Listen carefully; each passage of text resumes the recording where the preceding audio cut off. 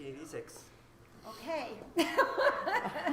And he was brought here for a Suzuki Institute in Logan, which I went to. And Connie and I were both, it was our first class, maybe you guys too, but I watched him teach and I thought, this is magic. I have to know what he knows because these lessons are amazing. And I've got to know what he knows. I've got to learn from him. So I called him in Canada and I was so intimidated. I'd let the phone ring and then I'd hang up. Hello?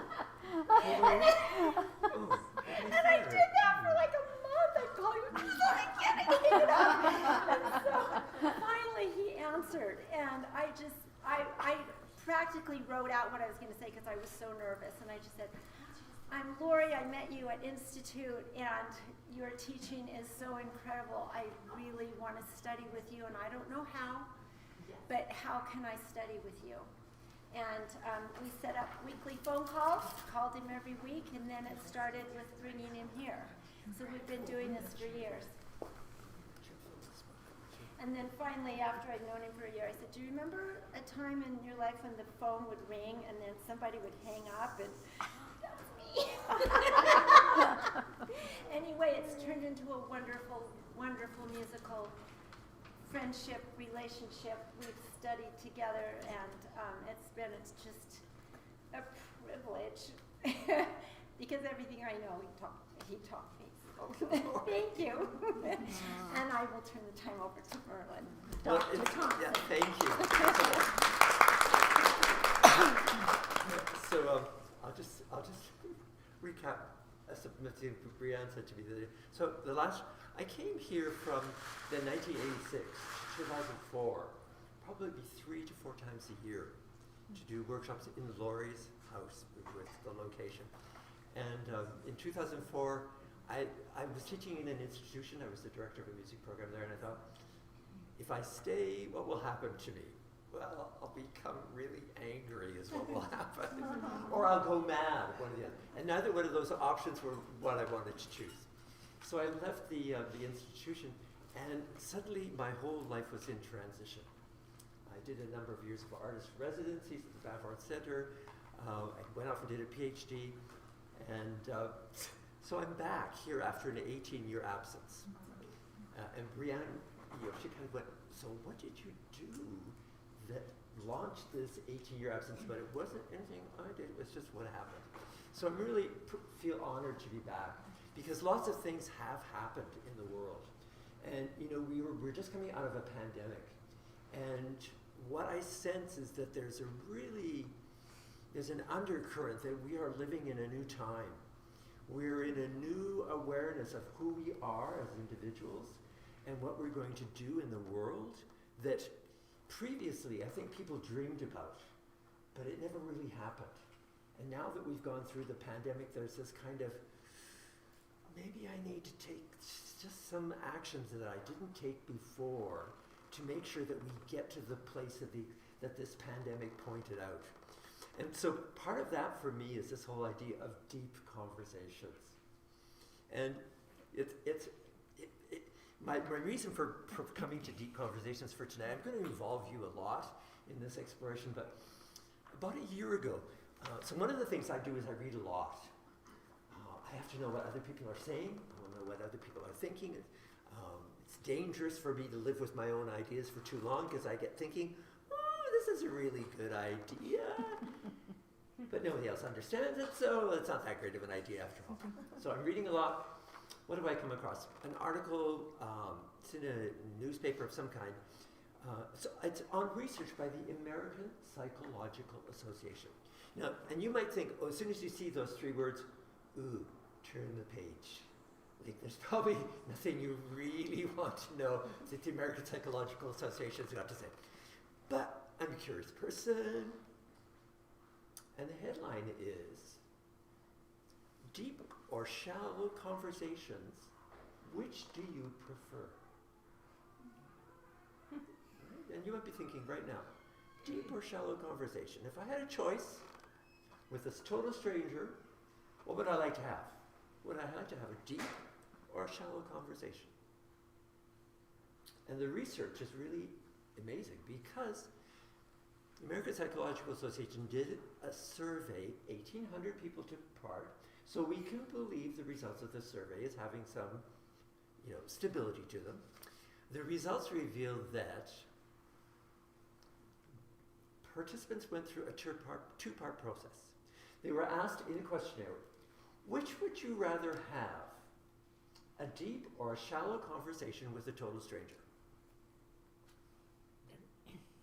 And the overwhelming results were, give me a shallow conversation any day. Next part, the participants went off and they each had a shallow and deep conversation with a person. Okay. Re-entered the questionnaire room, and the questionnaire was now, which would you prefer to have again? Another shallow conversation or a deep conversation? And what do you think they said? Deep. I think they said deep. Yeah, they said deep. Communicative. Overwhelmingly, it was deep. And they revealed that prior to the conversations, there was a feeling amongst everyone of insecurity. That what if I reveal too much about my vulnerability, for example, to a total stranger? What would they think of me? But what they found was in these deep conversations that the things that they were afraid of became the talking points. Because they very quickly found out that whatever my talking points are in terms of perhaps vulnerabilities were pretty much, well, I would say pretty much, could be found in a similar sense with their partner for conversation. So you can imagine, we are, as a species, human beings, we are, what would I say? We are able to understand each other with amazing speed and clarity. How's that? We are able to understand each other with amazing speed and clarity. Come close if you're a parent, because I'm going to give you a job. Yeah, I'm going to give you a job. These other people, they're just bystanders here. Bystanders. Yeah, bring a chair. If there's another chair, find another one like this and come on close. Oh yeah, those two are good. Yep, come on. So what I'd like to do this evening is just do a little exploration. Because I understand that parents are, of course, uniquely poised to have deep conversations with your children. And I feel immensely blessed that I grew up in quite a large family. We all took music lessons. My mom and my dad both drove me to music lessons. My dad drove me for a year, my mom drove me for a year, my mom drove me for another year, my dad drove me for a year.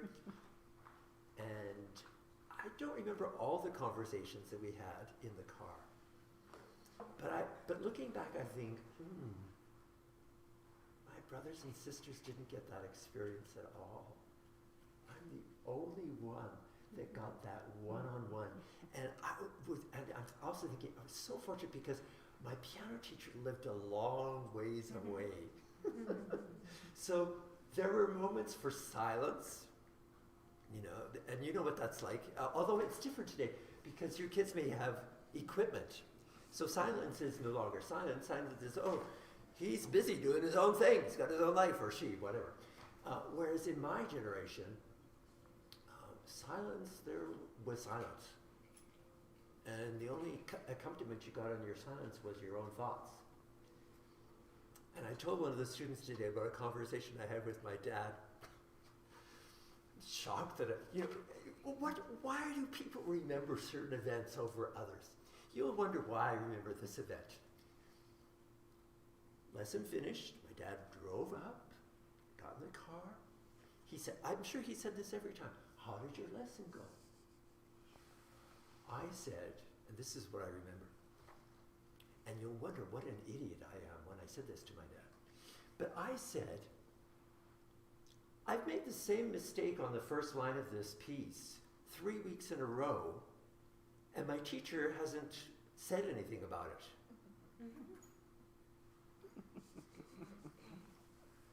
And then my dad I don't remember that my dad said anything either, but I realized, if I had a gun, that would be the proverbial shoot yourself in the foot moment. Because I realized, how often do I do this? That I blame other people for my whatever that's going on in life. How often do I do this? It was a little moment for me that, as you can see, has stuck with me. This is a few number of years. Other conversations, I'm not going to go into it, but just to say that I know that I had lots of those conversations. And the first thing I'd like to ask all of you to chime in and to help me understand this tonight, because I want to create some communal knowledge. The first question I have is, can we get 5 people to each give one characteristic of what happens? That's not the word.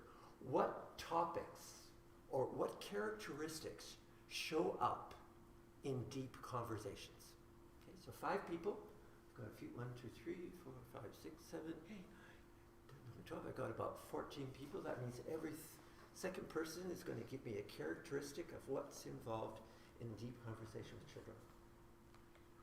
It's not a test. You're not going to be tested on this afterwards, although yeah, go ahead. Listening. Tell me more about that. That to have a conversation with a kid, you have to really listen to what they're saying, not just talk at them. Number 1 characteristic. That would be the number 1. Yeah. Can we get 4 more? Longer than 1-word responses. That's a good one. Yeah.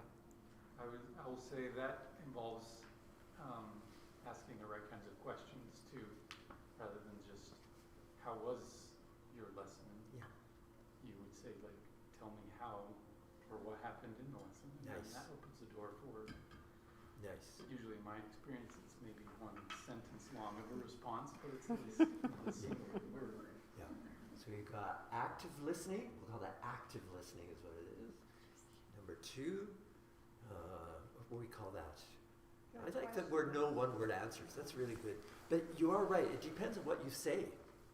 Because there are lots of questions that we ask that 1 word will do it. Number 3, a third one. I've got one. When both parties have appreciation or even a love of the subject matter, you can really connect on deep levels in a conversation. Can you tell me more about that? What's your favorite subject? So you're saying there has to be something in common. We're all here Yeah. because Suzuki brought us all here. We all have a love or a deep appreciation of it, Yeah. and we're having a deep conversation with you about it. Yeah. Amazing. My husband didn't come because he doesn't love Suzuki. Doesn't sit and listen to Twinkles all day. Okay, so we got number 1, active listening. Number 2, good preamble. Number 3, mutual commitment. Number 4. I think trust and love. So kind of on a relational aspect has to be there Yeah. for a conversation to be Yeah. of value Yeah. to either or both. Can you go further?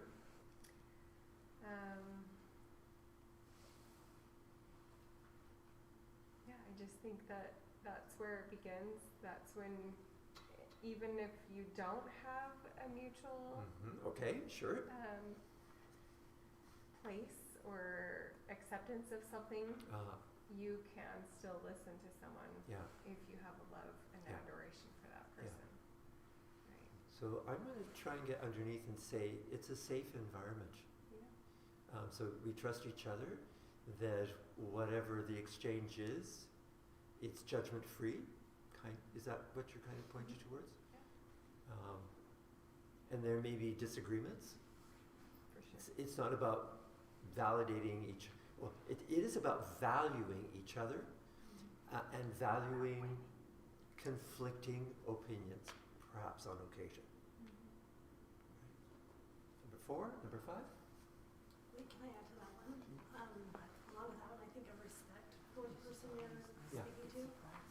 Because sometimes there's no respect, that is an argument versus a Yeah. conversation. And so Yeah.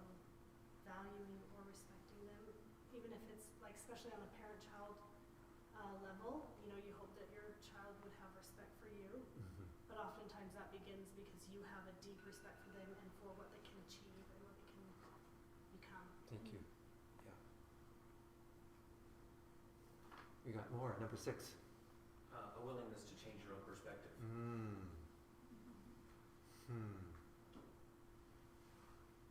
have to sit with that one. I love it. Yeah. Yeah. Oh, we got more. Yeah. Number 7. Well, number 7. This is one. I'm now listening to grandchildren and their thoughts, but I'm always surprised. It's something surprising comes up, and I usually learn something that I didn't know before. Yeah. So, and it's usually a delightful surprise. Nice. What did you say again? A willingness to change your own perspective. Thank you. Yeah. Because it's not just a willingness to accept that other people have different opinions, but a willingness to change your own. I think that's really significant. I've talked for a long time about accepting what other people have to say, but this really goes one step further, because it involves you taking further action yourself. Have you got any more? A couple more? You did really good. I was only hoping for 5. Yeah. I like eye contact, which is impossible in a car, but if you can drop everything and get on your child's level, wherever, however tall they are, and eye contact, that's a sign of love between the two, and that you're ready to do all of this other Sure. All right. Well done. Oh, there we go. Going along with that, I would say presence, which usually means somebody's got to put down a phone or close the computer and be there. Yeah. Yeah, that comes back to active listening for what you were saying. Yeah, that's our starting point. The next one I got for you. Oh, here's good. So, what gets in the way of having deep conversations with children? What gets in the way? Can we come up with... I'll go for 3. If we get more than 3, I'll be happy with that too. What gets in the way of deep conversations? Freaking out. Parents freaking out about something that happened. The milkshake got spilled in the car seat. Freak out. What does the kid do? Shut down. Feel shame. Feel bad. And so just that breathing before and counting and thinking about the child, their feelings, what they're going to feel when a parent freaks out. And it happens so fast you don't know if you're doing it. I've done it enough when I was raising my kids, but as I've matured and watched my own kids with their kids, I really tried to encourage them, whatever this kid brings you, don't freak out. Okay, so I'm going to ask you to turn it around. The word don't tells us what not to do. Can you tell us what to do? See where I'm going? Well, So don't freak out. Yeah. Yeah. What's the Some of the things that you were talking about before, the 4 or 5 things, are you know, what do you do? Do you look at them as a person? Do you, I gave the spilling the milkshake as kind of, I mean, that's a very shallow thing that happens, everyday thing. But let's say they're failing math, and you know they could do better. So you freak out. You're grounded. You're this. You're that.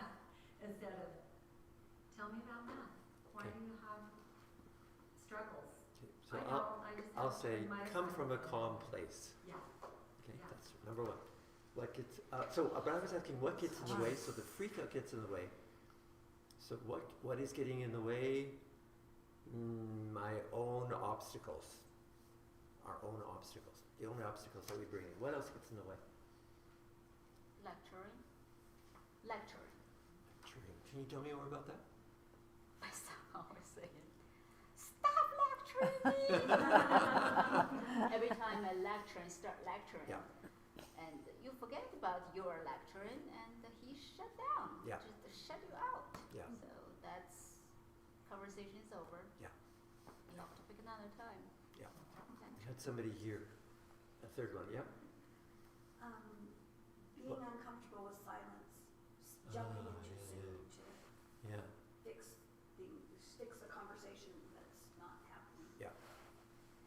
And Americans apparently are amongst the world's top discomfort with silence nation in the entire world. I'll say that. Research has been done on it in schools. Teacher asks a question, the teacher's most comfortable response waiting time is 1.5 seconds. Research has also shown most answers that come within 1.5 seconds are answers that you memorized before the teacher asks the question. And if you want a deep reflective question to be answered, you probably have to wait 8 seconds or more. And just try it.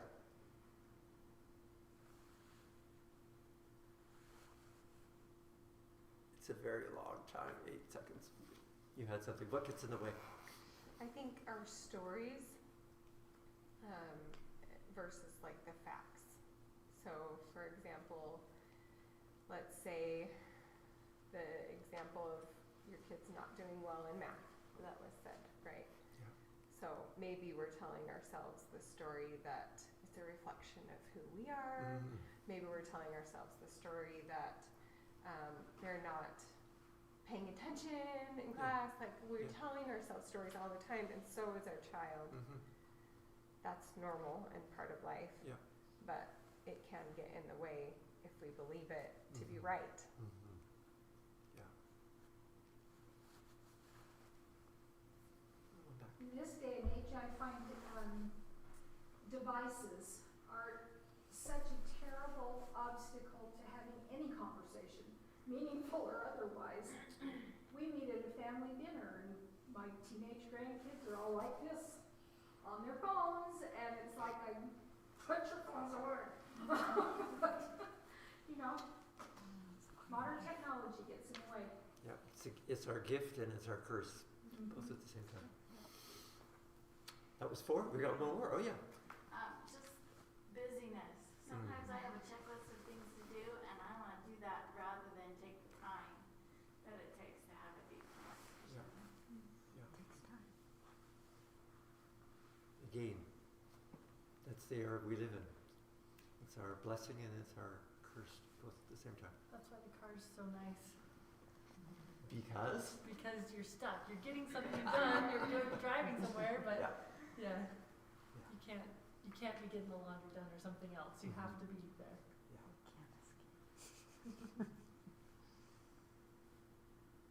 Anything else get in the way? Well, I think Yeah. maybe like technology, like with that example, because you know my teenagers all have technology and they want to use it all the time. So we have like parameters and stuff like that. But in some ways, it's facilitated a deeper connection. Like for example, I was saying your grandkids and stuff. My mom will Marco Polo. Marco Polo's one of my children, and she does different things for my other kids, but that one kid has deeper conversations with my mom than I do some days, and she'll tell me what's going on with her because of technology, you know, and so there are ways that like it can be a tool or a good thing for connection, but it can also be you know, like being able to like check in with people and stuff like that.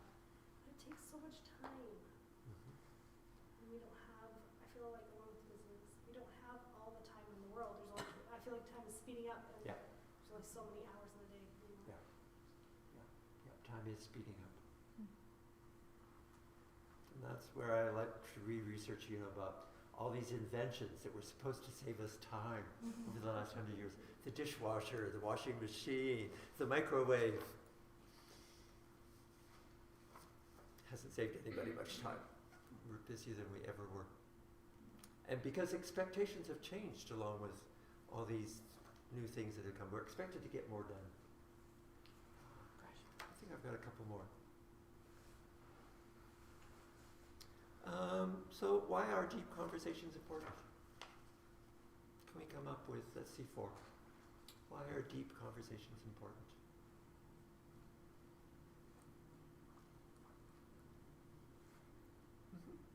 I think they're inspirational.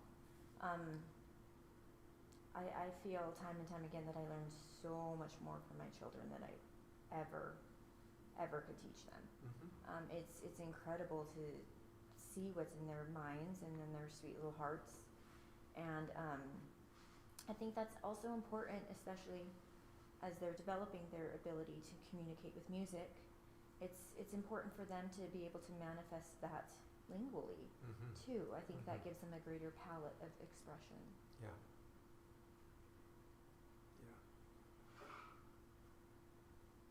What else can we come up with? This one? Help you understand each other, Yes. build up the bond, trust. Yeah. During the deep conversation, you both spend quite a bit time longer than normal. So, kind of put up this commitment to spend the time. Nowadays, the child, electronics is their life. They give you about 20 minutes, they think it's too long. So if you spend that 20 minutes, have a very good conversation to really build up this bond. Yeah. So children have things to say, and time is our gift to each other. That's what it really is. Oh, Yeah. yes. You had something? I was thinking that a lot of children now become isolated, and that it helps to form a deeper connection with one another. Yeah. And because I know of a lot of teenagers that do feel isolated. Just working with different youth, and that can help them feel a part of a whole and someone who cares. Yeah. You may know I've written a book recently. One of the lines that I'm most, I have my own favorite quotes, which seems like really like coercive. But one of my own favorite quotes is that, and sorry, it just takes me a little while to make sure I get it right. We'll give you I 8 wrote seconds. I still have time to. Every person wants to be valued for who they are and what they do. That's me, that's you, that's teachers, that's parents, and that's children. It's a universal. Every person wants to be valued for who they are and what they do. And it sounds like a simple enough thing to do. But I read someone many years ago, Dorothy Corfield Briggs, interesting book, Your Child's Self-Esteem. The first half of the book is totally right on. 40 years later, second half of the book, sorry, we've moved on from that way of thinking. This is 1972, probably the book was written. And she talks so much about this idea of, do children know that you love them? That's her big statement. And how do they know? And I think she asked a really good question, because we could say, yeah, I love my students, but how do they know that? What is it that gives them that bit of information? Is that I tell them I love them? Because that isn't what feeling loved is all about, being told that you're loved. So yeah, I wanted to go back to this quite nice quote. Every person wants to be valued for who they are and what they do. Can we come up with a couple more about why are deep conversations important?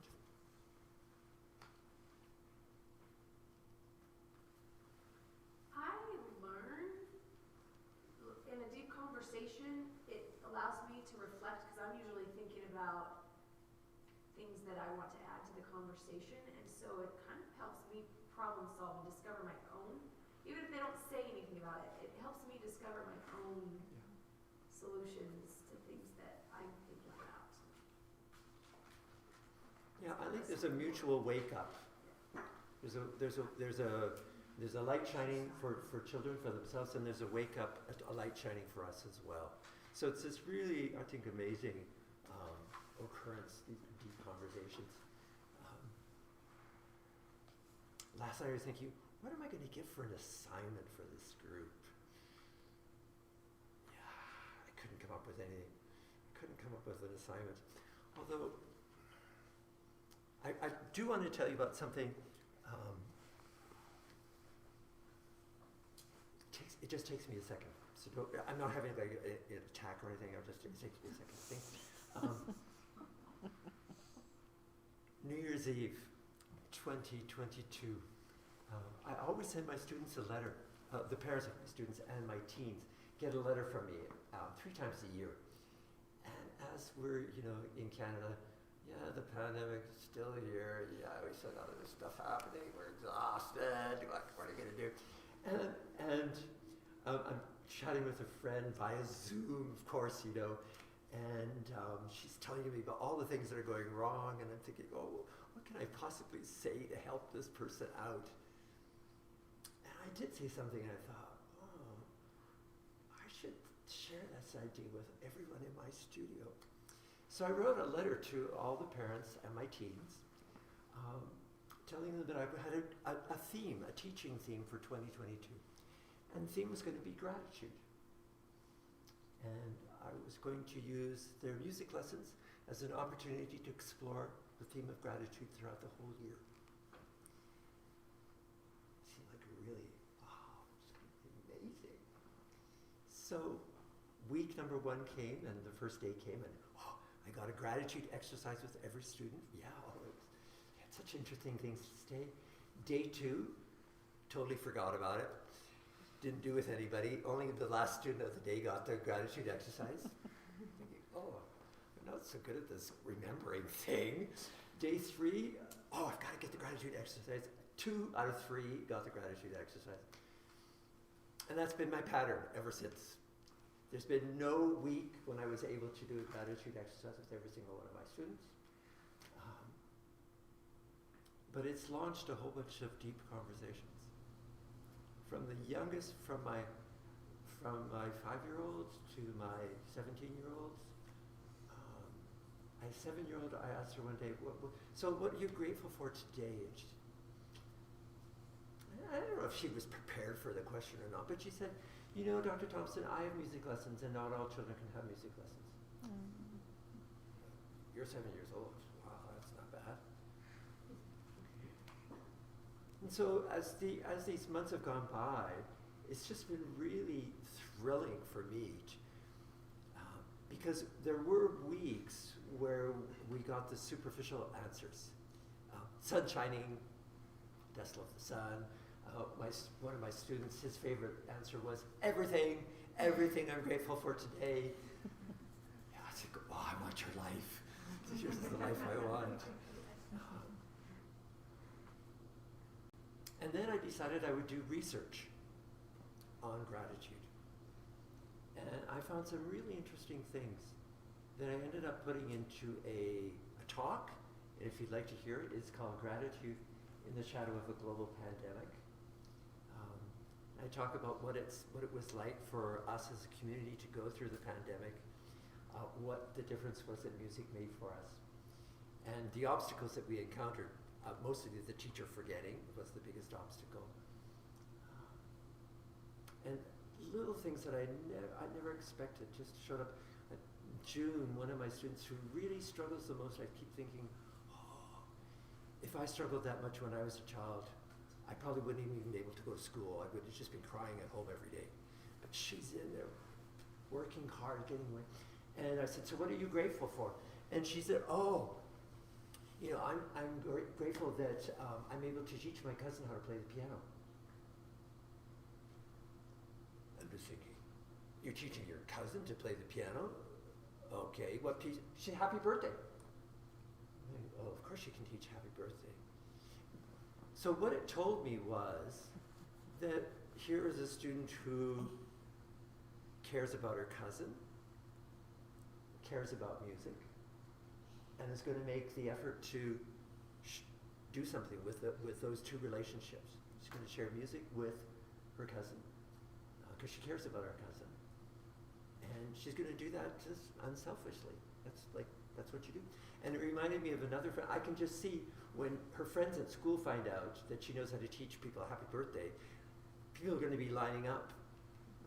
I had a student in grade 4. Yeah, she taught her friends how to play Star Wars.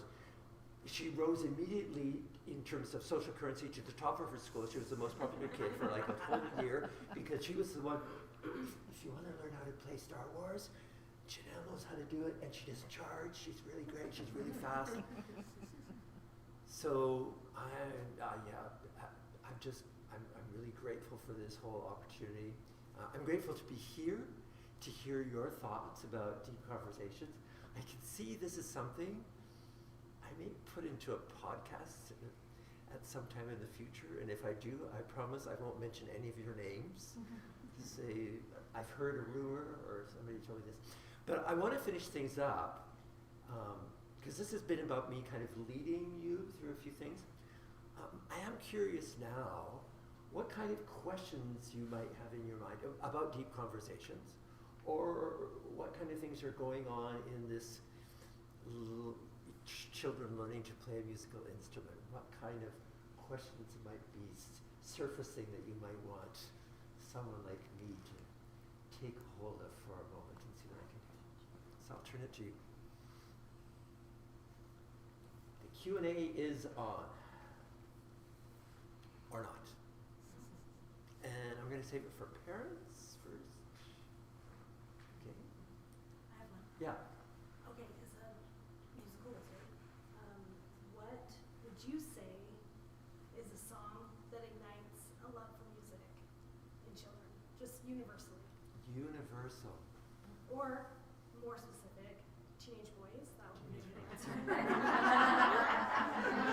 You know, Not to name any names or anything. you know, I think there is an answer, but I'm not the person to answer it. You know who the person is to Yes, answer but it? that's a hard answer. Yeah. You know, the person to answer it is the person who has the answer. And but are you afraid of asking? No, I just think it's would take more deep thought than that person wants to put into it. So, Maybe, maybe not. but I guess I'll just keep asking until Yeah. the answer comes. Yeah. I've been talking to the teachers this last day about what I call shared curriculum, which means that from the get-go in my studio, I choose one piece from the Suzuki repertoire. The next piece, they're choosing a piece from wherever. And so by the time we get to teens, we have a huge history. I have pieces and students have pieces of their own choice as well. Getting it going with anyone takes a bit of time. I'll just say give it a try. Be curious and be open. It may be something that you don't really want to hear. Okay, so that's a possibility. In which case, you can handle it. I think I can handle it. Yeah. It's just trying to drawing out the participation. You know, like, come on, let's do this thing. Yeah. The clock is ticking. You're getting older, and you're not gonna have to take lessons when you're older. So let's figure this out in the next little bit. Yeah. Your teacher can help with this as well, especially by introducing your teenager to other teenagers and what those teenagers are interested in. So the whole peer thing can be a help. So this doesn't have to be a solo thing on your part. This can be you, yes, you got it. Teacher can help with it out. You have multiple children. They may be another way. So get someone, you may want to get the person who is most likely to comply first, as opposed to the person who is most difficult to comply. Great advice right there. So is that enough? Yep. Okay. That's good. Yeah. Anything else? Another Q&A? Q? Yeah. I don't. So like how long am I gonna? This is my first year. My kids just completed year 1. Okay. For how long should I anticipate having to address the question or the I don't want to practice that whole thing? And I feel like I've had the same conversation, and I feel like it's getting like not as effective. You know. Yeah. What I'm I hear okay. what you're saying. Yeah. So I'll give you a couple things. Growth and rest are 2 words that I pay attention to. Say that again. Growth and rest. Okay. Okay. So rest periods are periods when I don't want to practice. Okay. Growth and rest need each other. Intermittent rest is unsupportable by all of us. We just run out of, I'm bored. Unchecked growth or what do I want to say?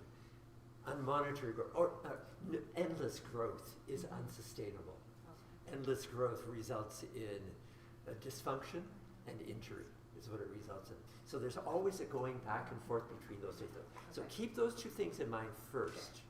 Those are your pillars. to say, yeah, maybe this is a growth time. Maybe I should be saying, oh, honey, yeah, let's just listen to a recording this week. Let's not do too much. Let's just do whatever's easy. Let's take the word practice out. Let's not do that. Let's do something else. Let's have a rest. So I'll give you that clue first.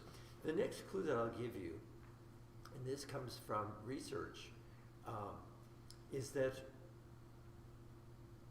learning to play a musical instrument,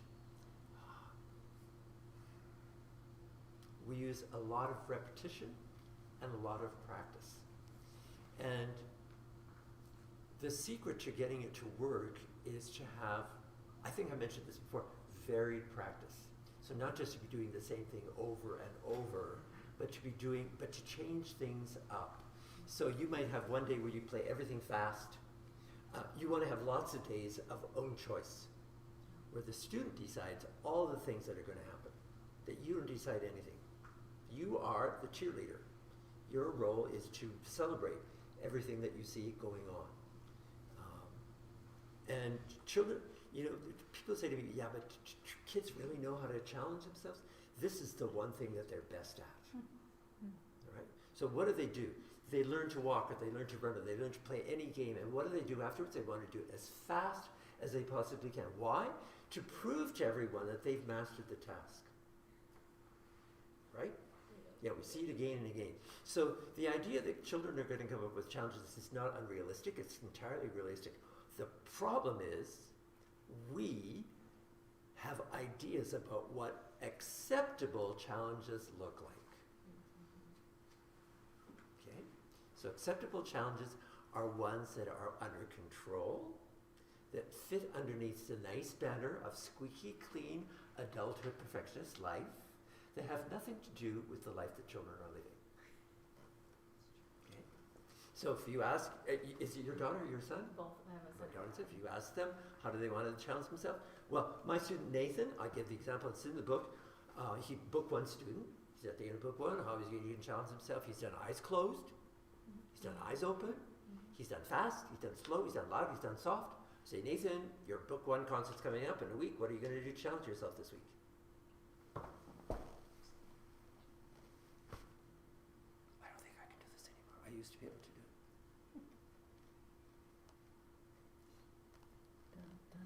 And he played 5 pieces, standing on one leg with one. So what's happening? Well, Nathan just took his own personal commitment to a new level, because this is really hard to do. So he challenged himself physically, challenged himself mentally.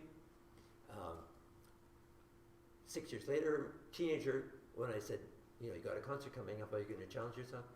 He didn't say by standing on one foot. He said, oh, yeah, I got some other things. He had a more sophisticated way of working at things by then. So growth rest is the big one. Varied practice is the next one. Students have ownership, which means that they're in charge. And that means that they can challenge themselves and choose how they're going to challenge themselves. And out of that process, they get to figure out what works and what doesn't work. And you get to be the celebrator, as opposed to the reinforcer. Does that work? Next part of your question. Yeah, I'm worried. Yeah, part 2. Isn't it necessary for me to have some expectation for them? Yeah, and so when do you have expectations? You have expectations when the skill set is in place. What's the skill set that we're working on right now? Okay. Is all of the things that I just mentioned. That's the skill set we're working on. So it's the idea that we have multiple skills to solve this problem. We're not going to solve the problem. We're going to develop skills to solve the problem. Okay? So you see, I haven't solved the problem. I've just come up with ways for students to become more skilled, so that when they decide they're going to solve the problem, they have the ability to do that. Part 3 to your question. If there is one. No, I don't have one.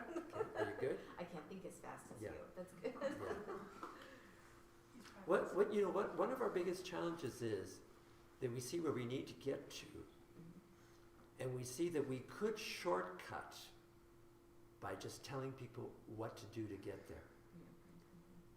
problem is, we'll have to do that the next time as well. And the next time as well. And we have what I call a limited time offer, which is that we can only advise people so long before they don't want our advice. I stay away from advising people for a very long time until the deep conversation moment comes, because that's when they're going to need to know what I think. If I have wasted all my effort doing simple things that they could figure out for themselves, then by the time, by telling them all the shortcuts, then when I need to have the deep conversation, they're not listening to me anymore. They've said, yeah, he's telling, like, the best thing with this guy, just tune out. As soon as he says, do it like this, you kind of just move your hands in that direction, but you don't really listen anymore. So that's the situation I want to avoid. Okay, so are you saying that, like, more important than teaching them, kind of shoving it down their throats, is they need to learn a love of music or something like that, so that then they need to see themselves as involved in the process, that the process belongs to them, whether it's the love of music or solving problems or having fun or taking on challenges of their own. So it belongs to them. What I have imagined is that it's happening elsewhere, and at the piano, because there's so many things that we can be really specific about, we might think, I'll just get in and be really specific about it right now and they won't have to worry about it. And so like I said, there's a certain number of things you can help them with, and then there's things you have to let them figure out, is this working or not for themselves. And one of the best questions you might learn to ask is, how's it going? And if they say great, you say, I'm so happy for you. And if they say terrible, have you got any solutions? Okay. You don't have to come up with solutions. Another question. We got about 2 minutes left. I was just wondering if you had some advice for busy teenagers who want to practice, but who just are having a hard time finding it, and also busy moms who want to help her children, just having a hard time finding time. Yeah, my advice, I think I read about this in the book, is don't work hard. Perfect. I love it. Don't work hard. It's unfortunate we come from such a work hard social environment. Working hard is like the answer to everything. If you work hard, you'll get really rich, you'll be really happy. Of course, we know that that's not really true. I just think of a couple Canadian billionaires, really rich. I always like to see them, they're out in public, they're telling other people how to get rich. And I just like to go, do you know he's been divorced 3 times? None of his children want to have anything to do with him. Are you sure you want to take business advice from this guy? So the whole, and because these are socially embedded ideas, it's really hard to get away from them. I like to tell my teens, really specifically, don't work hard. If you have to work hard for 5 minutes. Don't work hard for an hour. Because if you work hard for an hour, you won't want to come back the next day. Work hard for 5 minutes. Get as much done as you possibly can in 5 minutes. You'll come back the next day and you'll want to work hard again. And you'll get something done. Working hard for an hour and being annoyed with yourself being worn out, not a good way to end up. So my big advice is don't work hard.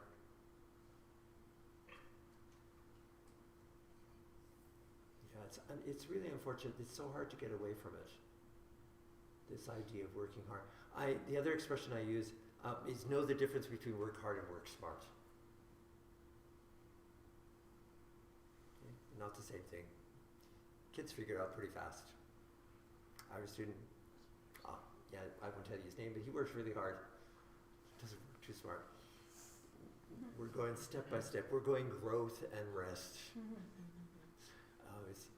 I think it's about a 3-year project for him. So I'm being patient. I'm being his cheerleader, and just, introducing little things just to help him out. And one of the things that one of the expressions that I like to use is I'm the guy that puts the spotlight on the moments when whatever he's doing is what I want to see more of, because I know he won't see those moments for himself. Oh, and that's something, I'll pass to you as well. Yeah, when you see your kids doing the things that you think are really going to help them out, they may not know that that is the tool that's really going to help them. I found that, there was a lot of things that happened in my teaching that I kind of allowed to happen implicitly. That just happened on their own because, I did certain things, like persistent students, students who are reflective. And when I realized that I could help them to be more aware of their persistence and their reflection, it was a real bonus moment for everyone. But if I hadn't made that moment of awareness alive for them, it probably never would have happened. So what are my parting advice for parents?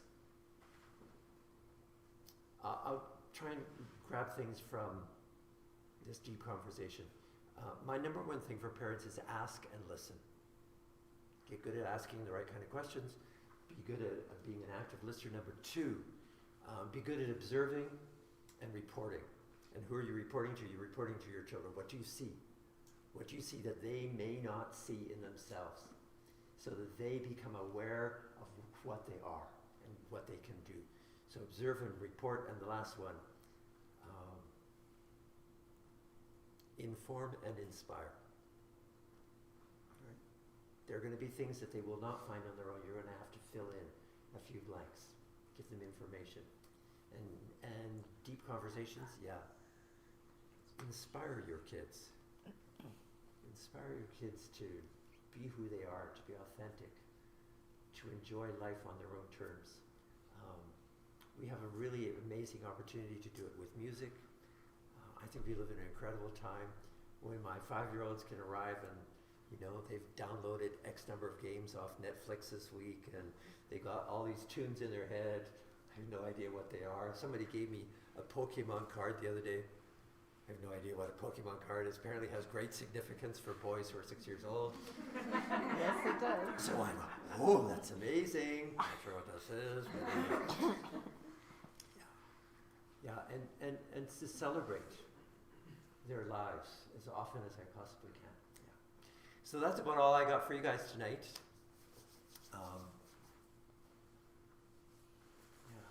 Gratitude might be an interesting, deep conversation. There's the starter for you. You want to have a deep conversation in the next while. See what you can uncover with gratitude. Might be really interesting. And I hope to be back. Who knows when? I promise it won't be 18 years before.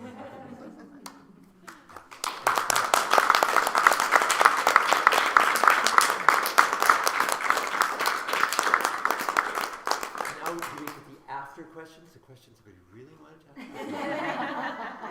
Is it here? Is it here? It's just that if you're doing 5 minutes of hard work, what are you doing the rest of the time that you're at the piano? Like, this is really, really hard for me. As it for a teenager? Mine are 8 and 6. For 8 and 6? Yes. Start with 5 minutes. Their teacher requires 30. Yeah, then talk to the teacher.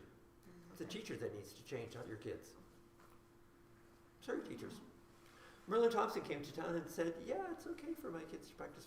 What I always want to see people doing is going where students are today. Not where we want them to be today, but where they are today. That's my big message for everyone. Go to where they are.